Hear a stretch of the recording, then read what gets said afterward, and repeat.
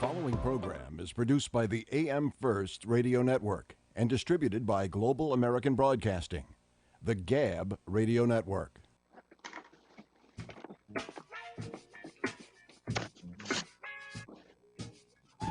Thank you for tuning in for this edition of Justice Watch with Attorney Zulu Ali. I am Attorney Zulu Ali with the Justice Watch crew, Rosa Nunez, Michael Bilal Clark, Dr. Akil Bashir, Andrew Rodeman, and Paulina Hiller. This week, like every week, we'll be discussing critical legal and social justice issues that are impacting our community. Today, our subject is Black collectivism and the alliance of a marginalized community. The fear of that in a post-Trump era, right? So let's talk about, what would be the need for Black collectivism? And I'm going to begin by talking about the Kerner Commission. Now, how that began was that President Lyndon B. Johnson, and this is based upon back in 1967, there were quite a few riots that were going on in the United States, and basically he created what is called the National Advisory Commission on Civil Disorders, known as the Kerner Commission. And it's known as the Kerner Commission because it was named after its chair, the Governor Odo Kerner of Illinois. And so basically, it was a 7-month investigation, and it stated that the riots were primarily based upon the lack of economic opportunity, failed social service programs, police brutality, racism, and white-oriented media.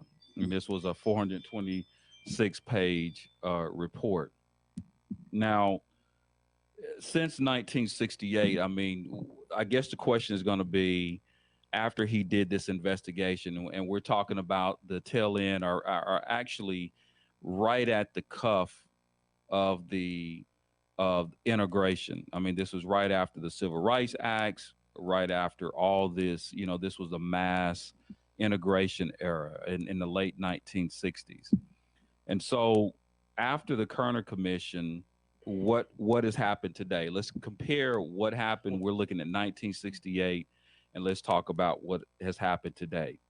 One thing that we have seen today is we've seen a massive increase in the number of African Americans who have graduated from high school, and we've seen a massive increase in the number of African Americans who have obtained college degrees since 1968.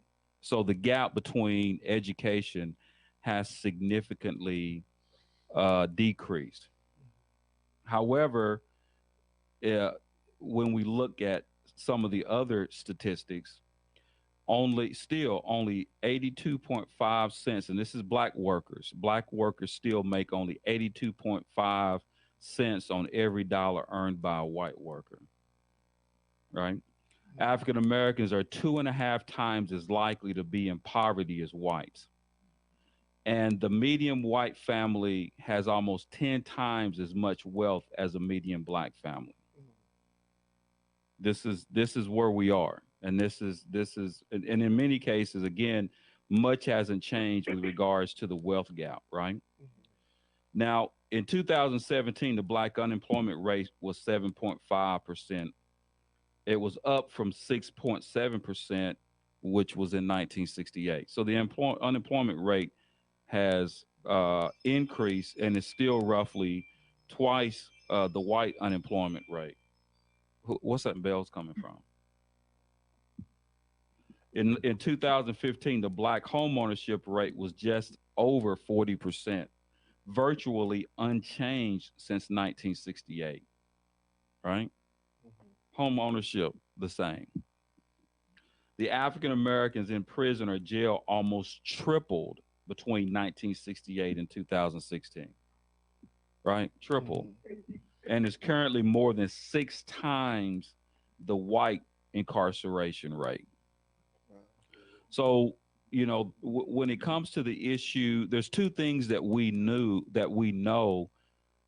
did not change drastically change the conditions of black people. Number one was integration did not change the conditions of black people. And number two is education really did not change the conditions of black people, right? So we then you come to the question, go back and say, well, what is it? I mean, what do we need to do? Why, where are we at? Where are we really going to? Because basically, what we get, especially since 1968. I mean, when you talk about 1968 and to where we are now, we pretty much get a lot of intellectual masturbation, right? Yeah. I mean, we hear, I mean, basically everybody comes in and they can give you, a lot of the, the statistics, this is whatever. He's deep, right? He's a deep person and he's conscious, right? And changing minds is important. I mean, it begins in the mind, but it doesn't really. And then we have this whole idea of this whole, so much meetings, right? We always meeting. We always got a conference. We always got all these things where we're just, you know, um, again, it seems a lot of the meetings end up being, intellectual masturbation or feel good meetings, or meetings where we pound the thing and we're talking about, where we, are just talking about the problem, exposing the problem, which is important, but you know, we really haven't seen a whole lot of advancement in light of that. So now, the question, is how do we get over that hump? What do we do next? Where are we at? Where did we fail? And where are we at? I think that much of what the idea of understanding history is a great benchmark, but we also use history to build on. Where do we go next? What is the next, you know, movement? What is the next idea? Where do we go from here?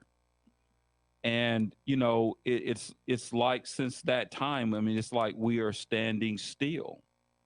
It's like Groundhog's Day when it comes to that. Right. You know what I mean? There is no movement. There is no, it's just like we are always just in this position. And that's where I believe black collectivism is important. Clearly educating minds and waking people up is really important. It's really important um, to transform those minds into people who are becoming socially conscious.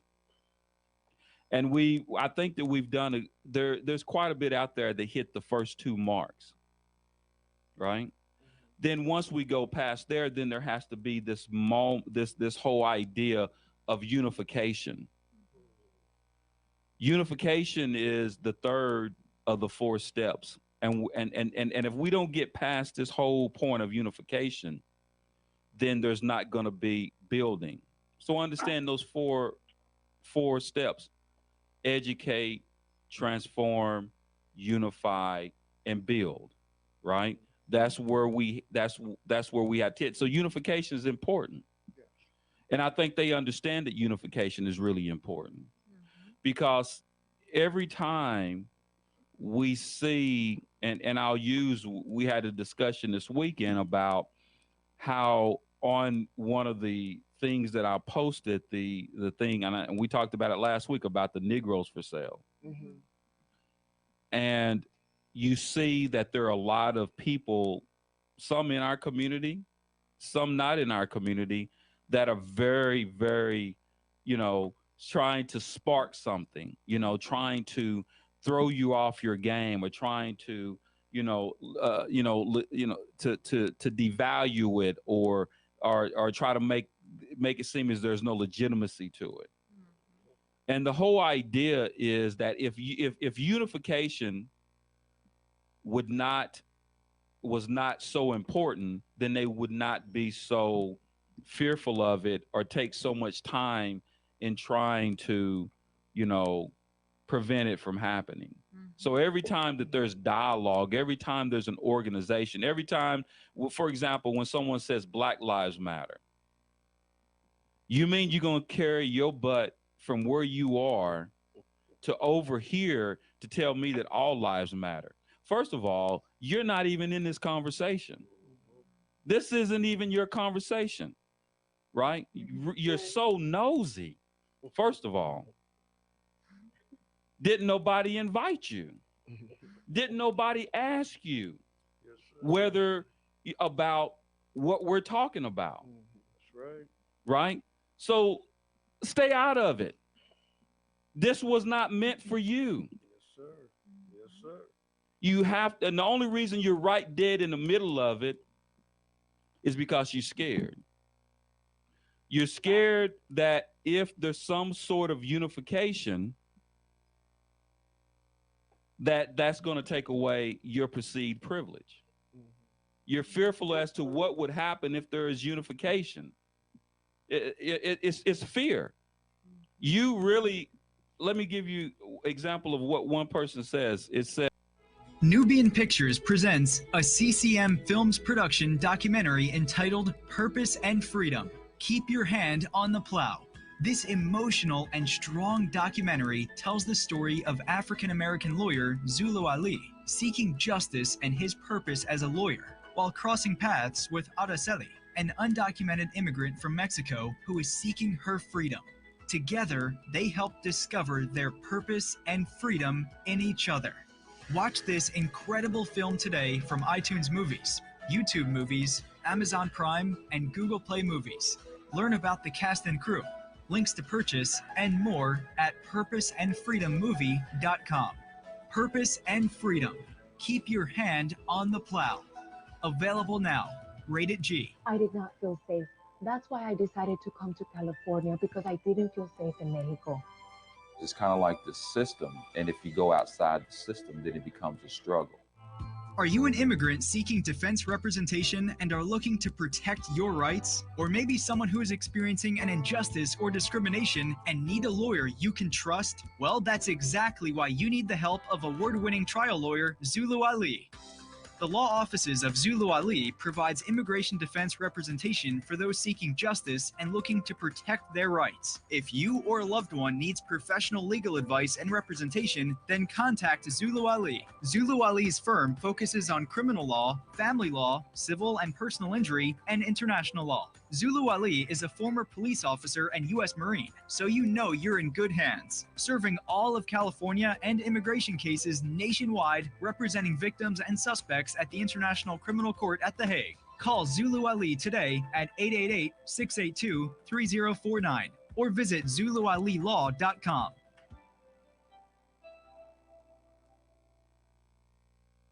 Do you have a great idea for a radio show but have no idea where to start? Or have you been hosting a podcast for a while and want to take it to the next level? If so, you need the Gab Radio Network. To host a show on the Gab Radio Network, all you need is your voice, and we'll handle the rest, from technical engineering to full-service audio production and much more. Every show on the Gab Radio Network can be heard on our station on the TuneIn Radio app. Plus, we put all of our shows on our satellite, which is accessed by over 5,500 stations. And here's the best part. You can host from anywhere you want. There are many means to connect to the Gab Radio Network remotely, and our staff of highly trained engineers and producers will make you sound like you're right here in studio. So, if you want to be on the Gab Radio Network, the same network that hosts the Small Business Advocate, Radio MD, and The Federalist, send an email right now to sales@gabradionetwork.com. That's sales@gabradionetwork.com. Welcome back to Justice Watch with attorney Zulu Ali and the Justice Watch crew, where we're continuing with our discussion on Black collectivism. So, you know, what I was getting to is that we were actually on the, I have a YouTube video that we did called Negroes for Sale. It's called the Business of American Criminal Justice that we did at the lecture.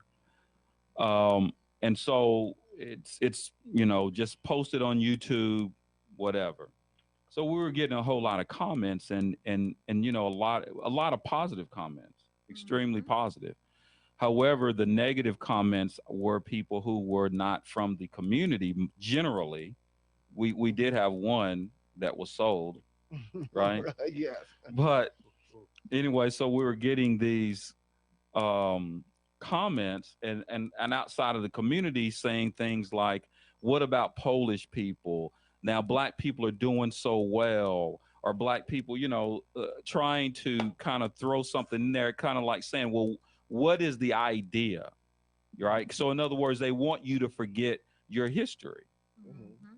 Right? Exactly. They want you to forget your history because that's what unifies cultures, is our history, our shared history. So they're so they want to destroy that.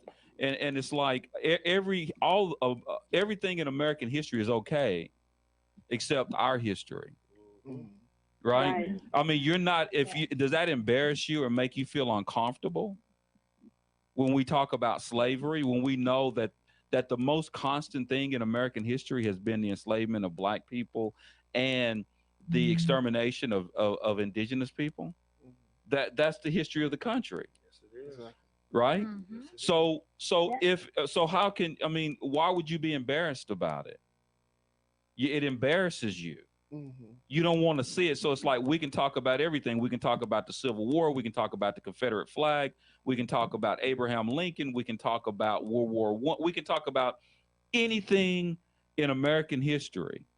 But the one thing that you cannot talk about is slavery, Jim Crow. You can't, mass incarceration. This is part of the American history. That's part of our culture. Exactly. Right? And if you feel uncomfortable with it, if you're looking at that and you say, you know what, take that down, we don't want to see that. Right? That's American history. Exactly. Right. Yeah. Right? And last week, I think I talked about, when we talk about 9/11, we always say the one most important thing we always say every time we have a memorial, it says what? We will never forget. Exactly. Right? That's what memorials are for. Everybody else can talk about their pain. Jewish people can talk about the Holocaust, right? They can have a Holocaust museum. Don't nobody shush them. If I put something on there about the Holocaust, would anybody say, take that down? That's terrible. Well, it is terrible, but it is history. Exactly. Right? And so, that kind of bleeds into the whole thing, is that it sparks that fear in you when you talk about things about black collectivism, right? Everybody else can unify, right? And so, when it comes to the issue of Chinatown or, Koreatown or anything except that's something that's predominantly us. If I put up there and say, hey, look, you know what, we need to build our own area and we need to call it the African-American area, African-American town, they're going to say that's racist. Exactly. Why are you doing that? Right? Yeah, exactly. Nobody wants that. And why are you so fearful of our that's been part of the American culture since its inception. I was looking, a little bit about the D.W. Griffith movie, The Birth of a Nation, and how basically this was something that was done. This was propaganda to create this fear of black people, right? D.W. Griffith was as far as cinema at the time, he's a trailblazer. The dude was brilliant. It was a brilliant movie for the time, right? And it accomplished something. And what it accomplished was creating that ongoing fear of white America, of Americans, of black people, right? And there's and in so many different levels, right? So I'm not going to belabor the point about the whole idea of why, because I think that we now understand why. But also, the question is, when we talk about collectivism, what is it? Mhm. What is Black collectivism? Talk to me. I think it's like what you have talked about when you intertwine different areas of academia and different areas of social constructs, like combining our economic resources and combining our sense of self and education, and just unifying in this idea of we have been oppressed. How can we as a people unite to counter what has been done to our people? Right. Right. Yeah. Talk to me, Paulina. Yeah, I was going to say the same thing. It's uniting two different cultures and finding a way to together proceed and coexist without having happened what happened in the past, and accepting one another. Mhm. And I think it also involves going back to Malcolm when he spoke of unifying, in terms of putting aside our social, economic, political, or religious ideologies and coming to a common term that we have this common problem, and this common problem is that we are Black and we are being oppressed, and no matter what religious fashion you from, you're still going to be looked at in the same light, and you're still going to be looked at as less than a human being and treated less than a human being as long as you reside in the confines of the United States, because that's what this whole system has been bred on. It's been bred in the moral fiber of this country. And so therefore, in order for us to do that, we have to put aside our differences, whether it's nationalism, whether it's Pan-Africanism, whatever it is, whatever ism it is, in order for us to defeat this beast that has kept its foot on our neck for all these years, is that we have to come together and take what is ours. Not see the thing about it is what people misunderstand is that we don't owe nobody nothing. This is ours from the beginning. And so therefore, when we come to understand that this has always been ours, and understand that we need to come together and take our right and say we are human beings and we're not going to accept anything less than that. After the break, I'm gonna come to you, Doc, but I'm gonna be devil's advocate right now. Can I be devil's advocate for a minute? We expect nothing less, my brother. Now, on one of the one of the things that I was reading was that not something was brought to the attention of the conversation, and he says, what about Africans who sold Africans to the Europeans? Is that even? I know what the answer is, but they brought that discussion into the fray, and it is not an illegitimate thing. It is a legitimate issue. I mean, there's pushback behind. I mean, I can tell you that basically there's a couple of things. Is that you should have what was you doing? You shouldn't have been over there anyway, right? You're nosy. Yeah. What I wanted to tell the dude on the post was, man, you nosy. The reason why it happened is because the same reason you're on this post bringing it up is because you always in everybody's business. Exactly. Why did you go over there? Exactly. Right? You know what I'm saying? You know, I mean, it's just like the trick. It's just like the trick saying if it wasn't for the John, I wouldn't be tricking. You can't trick without the John, can you? Anyway, we'll continue with Justice Watch on the other side of the break. Please do not touch that down.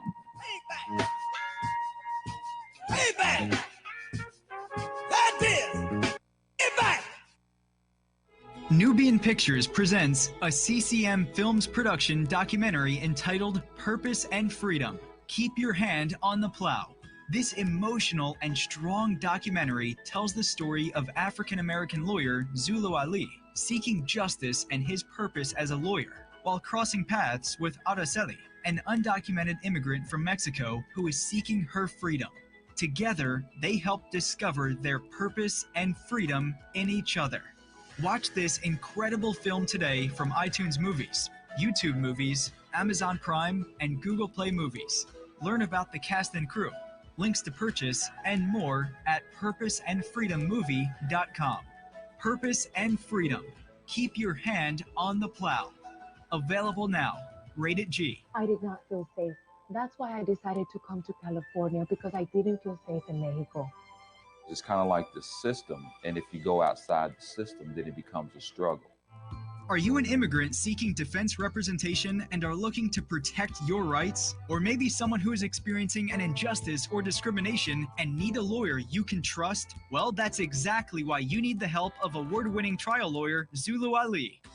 The law offices of Zulu Ali provides immigration defense representation for those seeking justice and looking to protect their rights. If you or a loved one needs professional legal advice and representation, then contact Zulu Ali. Zulu Ali's firm focuses on criminal law, family law, civil and personal injury, and international law. Zulu Ali is a former police officer and U.S. Marine, so you know you're in good hands. Serving all of California and immigration cases nationwide, representing victims and suspects at the International Criminal Court at The Hague. Call Zulu Ali today at 888-682-3049 or visit ZuluAliLaw.com.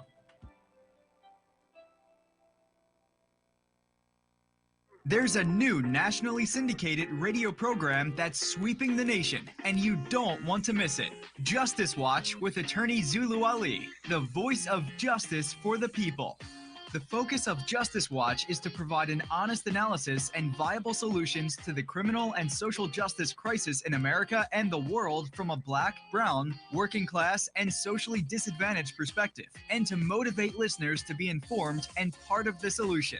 Zulu Ali is joined by the Justice Crew, consisting of Rosa Nunez, Michael Clark, Dr. Akil Bashir, and Charito Ali to tackle the most pressing issues. Host attorney Zulu Ali is a former police officer, U.S. Marine Corps veteran, and an award-winning trial lawyer who focuses on representing persons accused of crimes, immigrants, victims of discrimination, and persons seeking civil justice. Find out how to listen to Justice Watch with attorney Zulu Ali at justicewatchradio.com.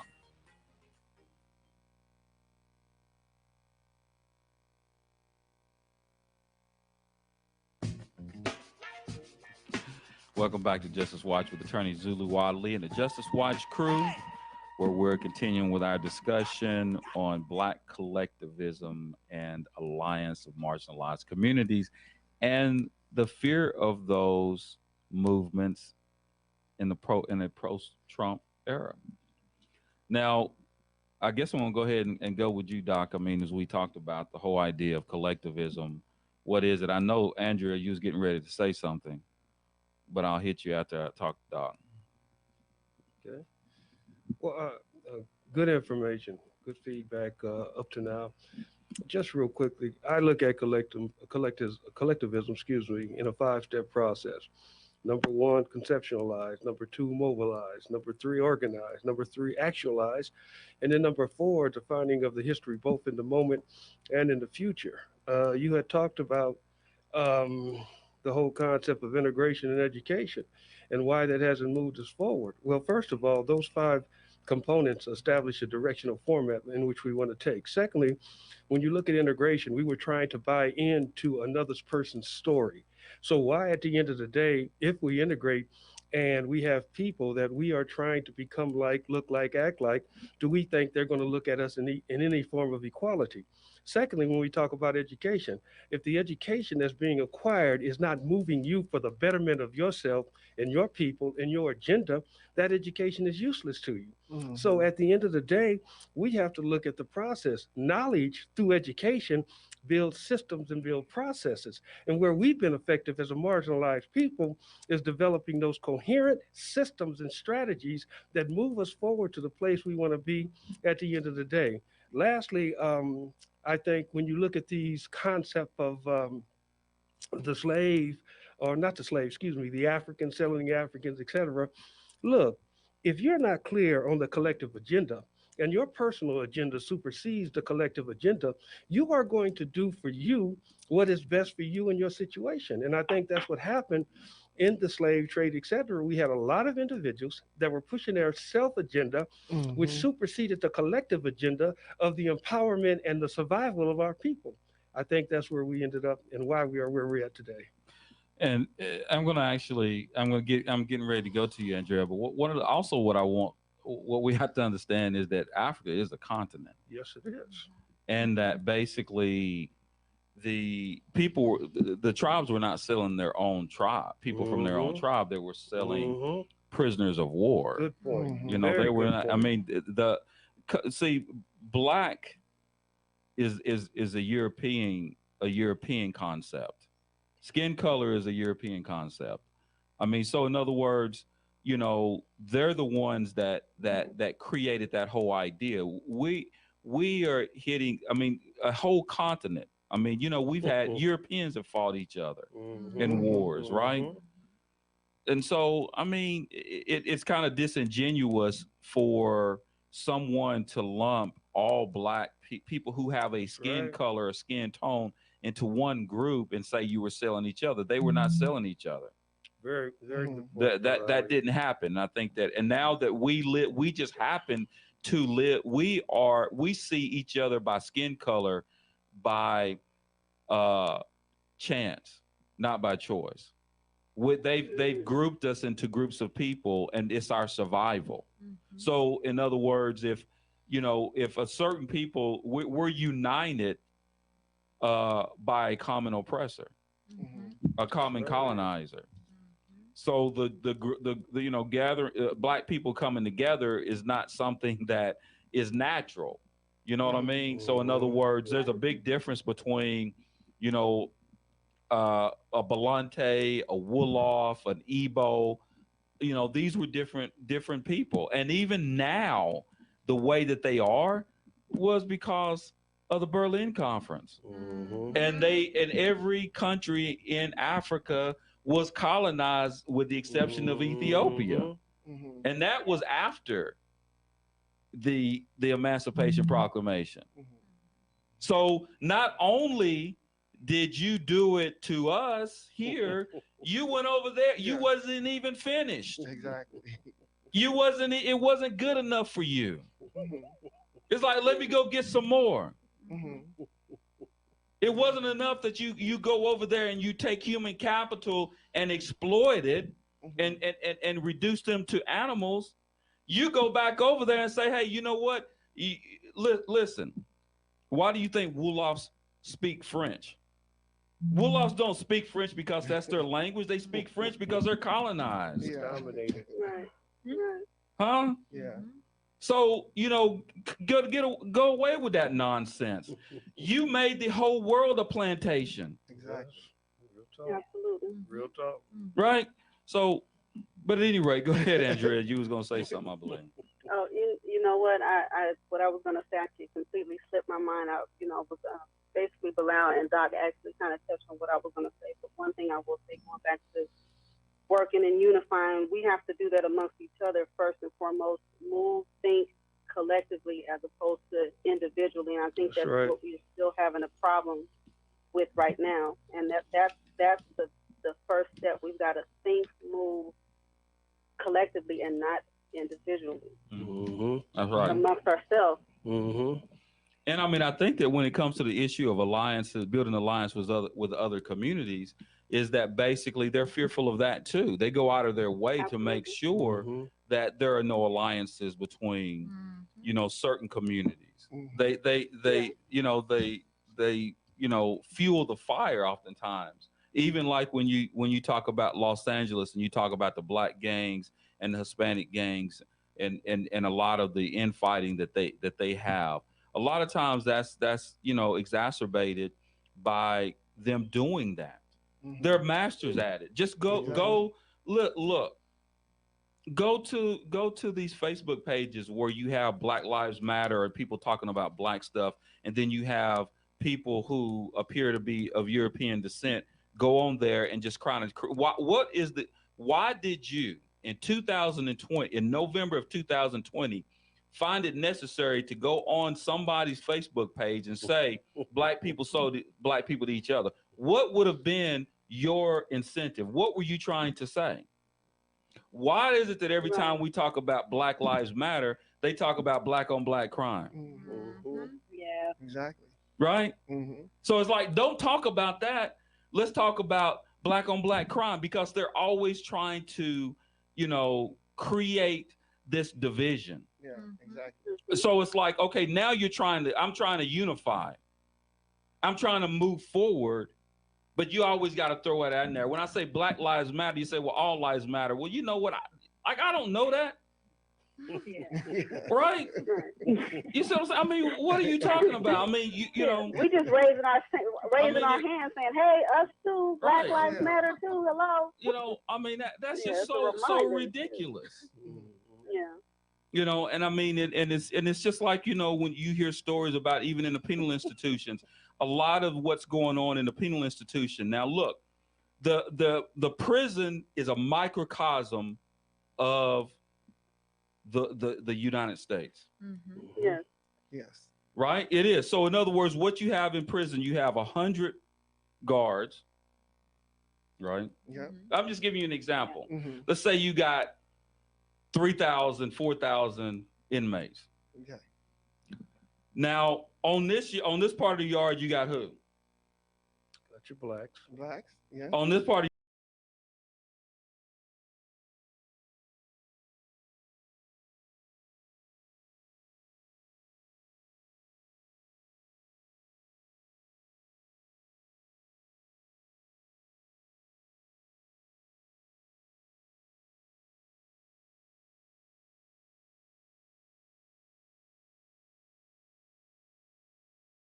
and believe he's better than the highest black man, you can keep your hand in his pocket all day long. Yeah. Donald Trump remembered that statement. Yes. Because he's keeping his hand in your pocket all day long. Yeah. He's mastered that concept. That's the same thing on plantations. The Willie Lynch. Division. Division. You keep them divided, then you know, you're not going to be able to. It's the same way. I mean, in sports. You know, if you're in the huddle fighting with each other, what do you think the play is going to look like? It's going to be a busted play because you're not cooperating. You're arguing with your teammates. So that's the whole point. I mean, and so unification, we got to get to that point of unifying. And again, we still left some people behind in the first two, educating and transforming. But, you know, we can only wait on them for so long. That's right. That's right. And so for those who have been transformed, it's time to unify. Yes. Right? Regardless of the paradigm. You know, we can work it out. You know what I mean? So, I mean, we have to stop. You know, the Bloods and the Crips, you're going to tell me you can't stop the Bloods and the Crips? You sure can give them like 25, 30 years. You know, I guarantee you if they came on across the other side of the tracks, I bet you stop it. Oh, yeah. Oh, yeah. You see what I'm saying? They don't care. Yeah. No. You don't have a gang unit to stop gangs. You have a gang unit to catch gangs. Yeah. There's no incentive for them to stop gangs. America is the most powerful nation in the world. We can change regimes in other countries. Exactly. But we can't change that. Oh, come on, man. Are you an immigrant seeking defense representation and are looking to protect your rights? Or maybe someone who is experiencing an injustice or discrimination and need a lawyer you can trust? Well, that's exactly why you need the help of award-winning trial lawyer Zulu Ali.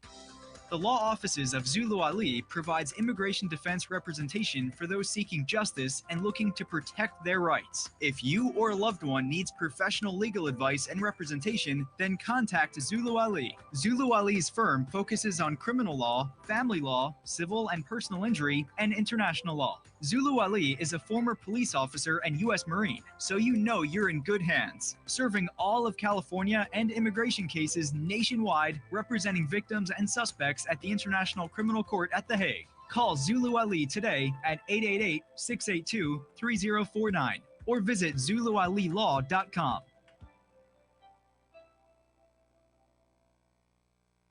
There's a new nationally syndicated radio program that's sweeping the nation, and you don't want to miss it. Justice Watch with attorney Zulu Ali, the voice of justice for the people. The focus of Justice Watch is to provide an honest analysis and viable solutions to the criminal and social justice crisis in America and the world from a Black, brown, working class, and socially disadvantaged perspective, and to motivate listeners to be informed and part of the solution. Zulu Ali is joined by the Justice Crew, consisting of Rosa Nunez, Michael Clark, Dr. Akil Bashir, and Charito Ali to tackle the most pressing issues. Host attorney Zulu Ali is a former police officer, U.S. Marine Corps veteran, and an award-winning trial lawyer who focuses on representing persons accused of crimes, immigrants, victims of discrimination, and persons seeking civil justice. Find out how to listen to Justice Watch with attorney Zulu Ali at justicewatchradio.com. Nubian Pictures presents a CCM Films production documentary entitled Purpose and Freedom. Keep Your Hand on the Plow. This emotional and strong documentary tells the story of African-American lawyer Zulu Ali seeking justice and his purpose as a lawyer while crossing paths with Araceli, an undocumented immigrant from Mexico who is seeking her freedom. Together, they help discover their purpose and freedom in each other. Watch this incredible film today from iTunes Movies, YouTube Movies, Amazon Prime, and Google Play Movies. Learn about the cast and crew, links to purchase, and more at purposeandfreedommovie.com. Purpose and Freedom. Keep your hand on the plow. Available now. Rated G. I did not feel safe. That's why I decided to come to California, because I didn't feel safe in Mexico.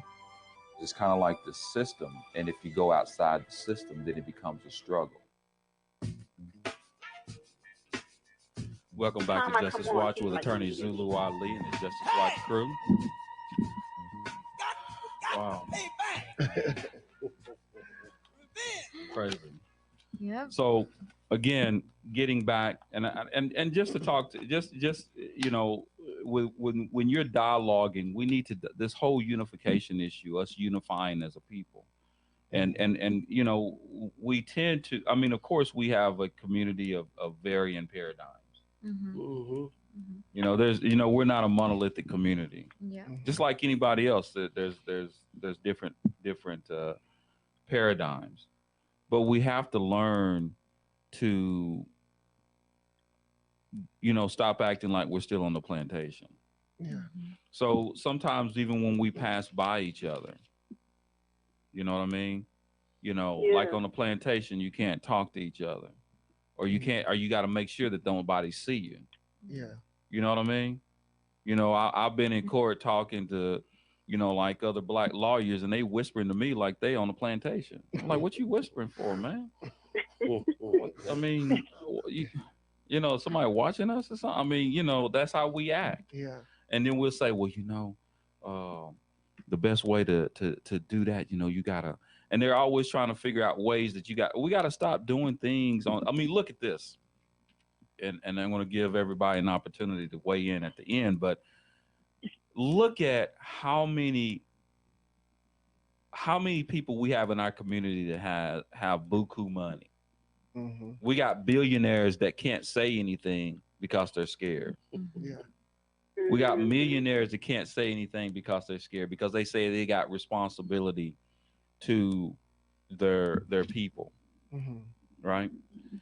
And I remember something that a friend of mine told me about, I'll just say I was in the bonding business back in the day. I did that for a minute. Mm-hmm. And I had a friend of mine that was a white guy that was a bondsman as well. This is in Tennessee. And he told me that the white bondsman would get together to put me out of business, to put me out of business, even if it meant that they lost money. Mm. You see what I'm saying? Wow. I mean, economic power means you have power. Exactly. If you got $1 billion and I can say things that you can't say, you don't have any power. Right? And so and so we have to understand that sometimes there may be growing pains. There may be things that you might have to give up in order to, ultimately get there. But you'll never get there if you're going to still stay on the plantation mentally. You know what I mean? I mean, even on the plantation, there was a system of, people that were upper class, middle class, and lower class. Everybody on the plantation wasn't the same. Some people could do things that other people couldn't do. They had better clothes.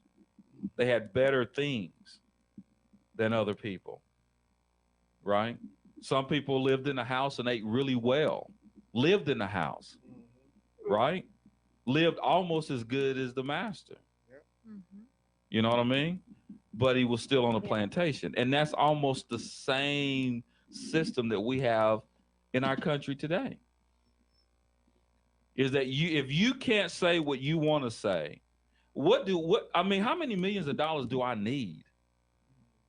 If you got $1 billion, how much more money do you need? Huh? Yeah. If you got $1 billion, then you know what, man, oh God, please don't let me have $1 billion. Oh my goodness. Oh, it's gonna be on. Oh, it's gonna be on. You know what I'm saying? It'll be terrible. Huh? Man, you would never be able to shut me up. Joe, you'd have to stay there 24/7. We'd have the show going the whole time. I'd be in there talking much stuff. All the time. All the time. Yeah. Huh? Yeah. You wouldn't be able to shut me up. So why you quiet? That makes absolutely no sense to me, and we have to get off of that. We have to pool our resources and come together and understand that we have a common destiny. The common destiny has to put us together. And then we also, when it comes to set tripping, I understand that basically our struggle is different than maybe the Hispanic community struggle and the Native American community struggle. But at the same time, we have to stop set tripping. Yeah.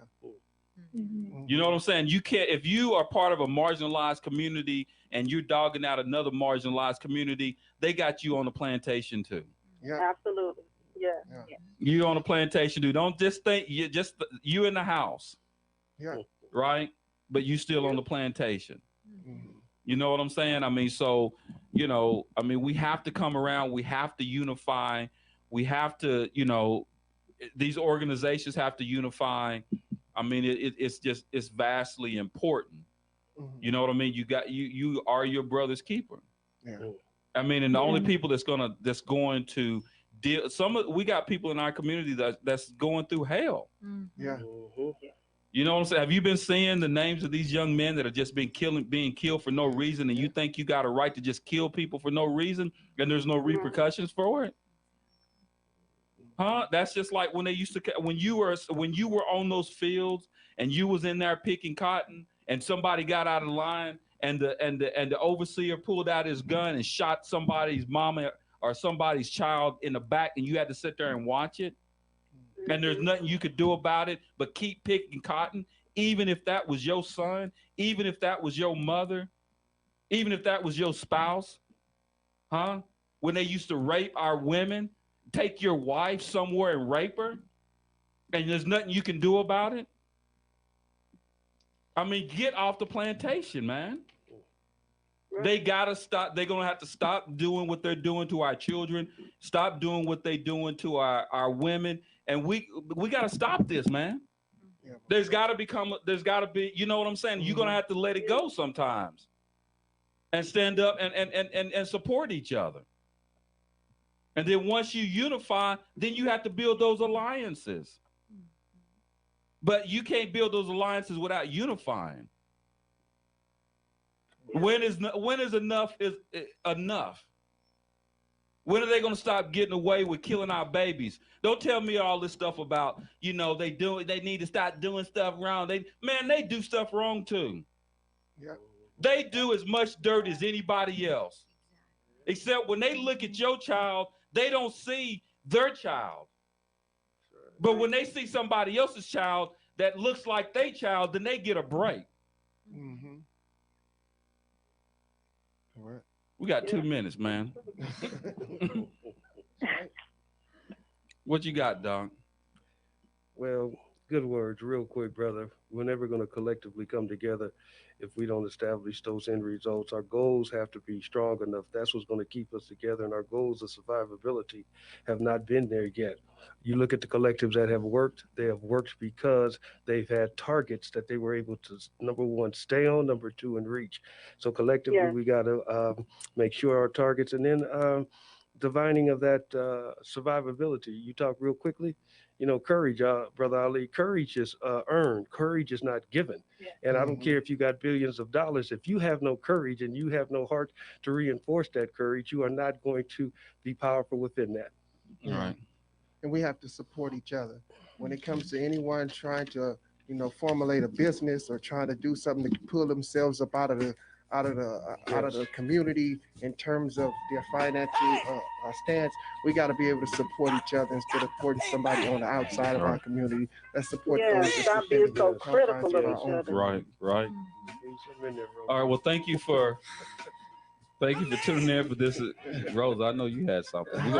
You're gonna start off the next show. Yes, sir. Thank you for tuning in for this edition of Justice Watch. We'll see you next week, same time, same place, same channel. And until that time, stay blessed. There's a new nationally syndicated radio program that's sweeping the nation, and you don't want to miss it. Justice Watch with attorney Zulu Ali, the voice of justice for the people.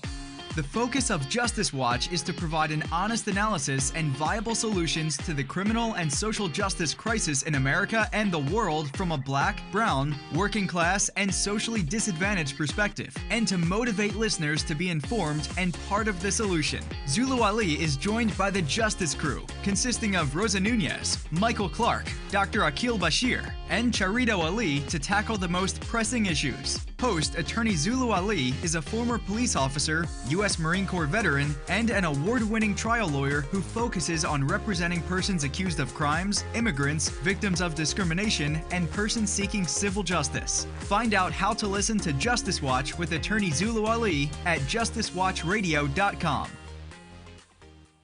KCAA Loma Linda, 1050 AM, 106.5 FM, and now 102.3 FM.